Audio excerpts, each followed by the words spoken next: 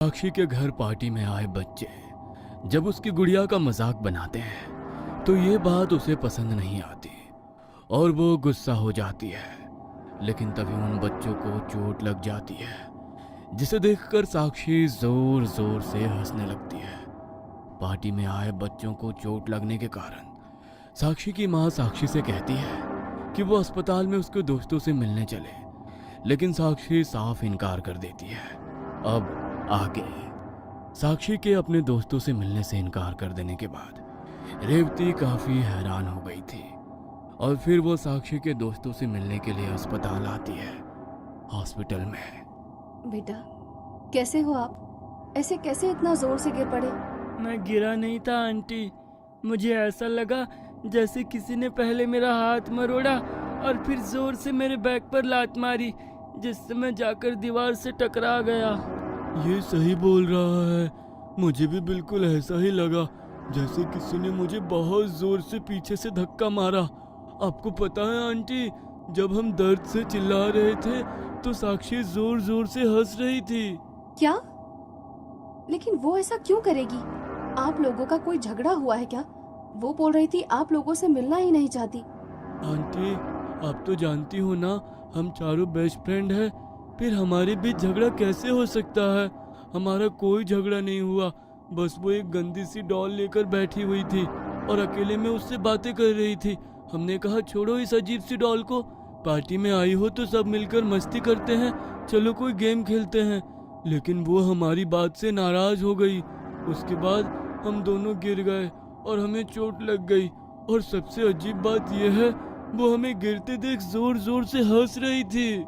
बच्चों की बात सुनकर रेवती को काफी शर्मिंदगी हो रही थी।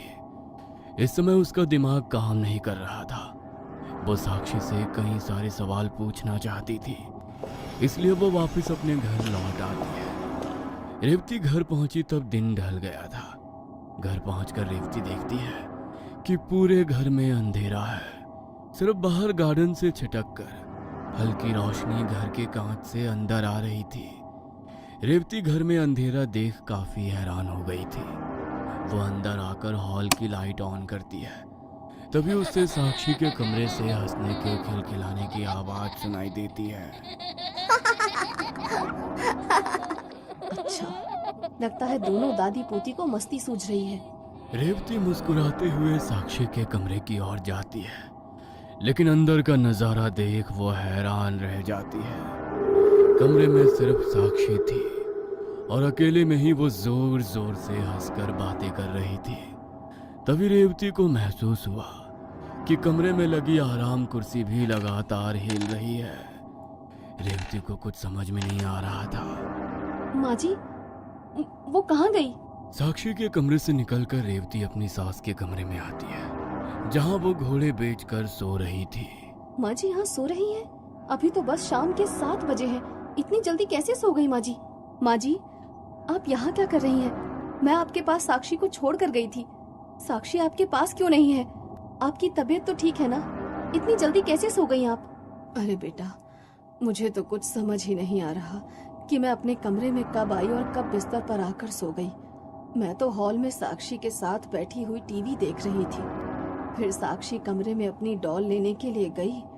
उसके बाद मुझे कुछ याद नहीं। क्या हुआ बहू? साक्षी ठीक है ना? कहाँ है वो? आप चलिए मेरे साथ। उनकी धड़कनें तेज हो गई थी, जैसे किसी ने उनकी छाती पर भारी पत्थर रख दिया। उनके कदम तेजी से तुम हॉल में कब आई साक्षी? तुम तो अभी अपने कमरे में थी ना? नहीं मम्मा, मैं तो कब से यहाँ पर बैठी टीवी देख रही हूँ। आप कब आए? झूठ मत बोलो साक्षी, मैंने खुद तुम्हें तुम्हारे कमरे में जोर जोर से हंसते हुए देखा था। मुझे देखकर यहाँ आकर टीवी चलाकर बैठ गई। सच सच बताओ, इतना जोर जोर से क्यों हंस रही थी तुम? लेकिन मम्मा, मैंने कहा ना, मैं आपके कमरे में नहीं थी। मैं तो शाम से यहीं पर बैठकर टीवी देख रही हूँ। आपको यकीन ना हो तो आप दादी से पूछ लो। रेवती को कुछ समझ में नहीं आ रहा था कि आखिर साक्षी उससे झूठ क्यों बोल रही है, और अगर एक बार को साक्षी की बात को सच भी मान ले तो फिर जिसे उसने कभी कमरे में अजीब ढंग से हंसते और बातें करते हुए देखा था, वो कौन था? तुम ये बताओ, तुमने कुछ खाया? नहीं मम्मा, दादी अपने कमरे में जाकर सो गई थी।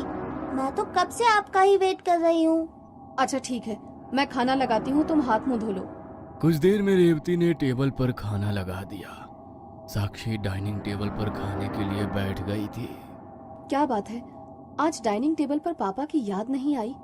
रोज तो जिद करती हो कि पापा जब तक नहीं आएंगे तब तक खाना नहीं खाओगी। माँ की बात को अनसुना करके साक्षी एकटक बस अपनी गुड़िया को देख देख कर मुस्कुरा रही थी। तुम्हें भूख लगी थी ना? चलो खाना खाते हैं। मुझे ये सब नहीं खाना, बहुत भूख लगी है। मेरे लिए चिकन लेकर आओ। क्या बात कर रही हो तुम जानती हो ना हमारे घर में कोई भी मांस नहीं खाता। किससे सीख रही हो तुम ये सब बातें? मैंने कहा ना मेरे लिए मांस लेकर आओ, वरना मैं खाना नहीं खाऊंगी। देख रही है माँ जी आप कितनी जिद्दी होती जा रही है। कहती है चिकन खाएगी और अगर नहीं दिया तो खाना नहीं खाएगी। मैं भी देखती हूँ कब तक खाना नहीं खाएगी। खबरदार जो आज के बाद मेरे सामने नॉन वेज खाने की बात भी की तो। रेवती को गुस्से में बोलते देख साक्षी डाइनिंग टेबल से उठकर अपने कमरे में चली जाती है। अरे छोड़ो भी, रेवती बच्ची है, स्कूल में किसी से सुन लिया होगा। हमारे घर में तो इसने कभी भी किसी को खाते हुए नहीं देखा। बच्चे बाहर से काफी चीजें सीख कर आते हैं, इतना परेशान होने की कोई बात नहीं है। प्यार से समझाओ, मान जाएगी। सास की बात सुनकर रेवती अपने आप को शांत करती है और साक्षी के कमरे में जाती है। साक्षी बेटा जिद नहीं करते ना, आप जानते हो ना हमारे घर में कोई नॉनवेज को छूता तक नहीं है। फिर ऐसी चीजों की डिमांड क्यों करती हो जो मम्मा पूरी न कर सके? अच्छा ठीक है, आज मम्मा आपके लिए स्पेशल पास्ता बनाएगी। चलो अब जल्दी से आ जाओ। रेवती अभी साक्षी से बात कर ही रही थी कि अचानक कमरे की लाइट बंद हो जाती है और कमरे की खिड़की तेज आवाज के साथ खुल जाती है, जिससे रेवती चौंक जाती है। देखते ही देखते कमरे में तेज हवा का झोंका आता है और रेवती को ऐसा महसूस होता है जैसे कोई तेजी से उसे छू कर गुजरा हो। माँ जी, लाइट को क्या हुआ? साक्षी कहाँ हो तुम?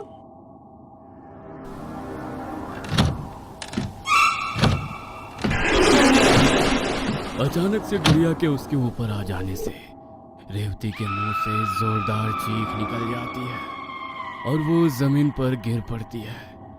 तभी कमरे की लाइट ऑन हो जाती है और रेवती देखती है कि उसके ऊपर साक्षी की गुड़िया पड़ी हुई है और रेवती के चेहरे पर खून बह रहा है। ऐसा लग रहा था जैसे किसी बिल्ली ने उसके चेहरे पर पंजा मार दिया हो।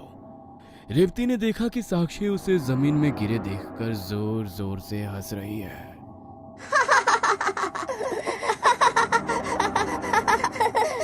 ये क्या हो गया मेरे चेहरे पर? साक्षी, ये गुड़िया अचानक से मेरे ऊपर कहाँ से आई और तुम हंस क्यों रही हो? इसमें हंसने जैसी क्या बात है? आपने खाने के लिए मना किया ना, इसलिए आपके साथ ये सब हुआ है। उसे ये सब बिल्कुल पसंद नहीं है। आगे से उसे कभी किसी चीज के लिए टोकना मत, वो अभी भी गुस्से में है। क्या डॉल की सच्चाई सामने आ जाएगी? क्या वाकई रेवती को गलतफहमी हुई है?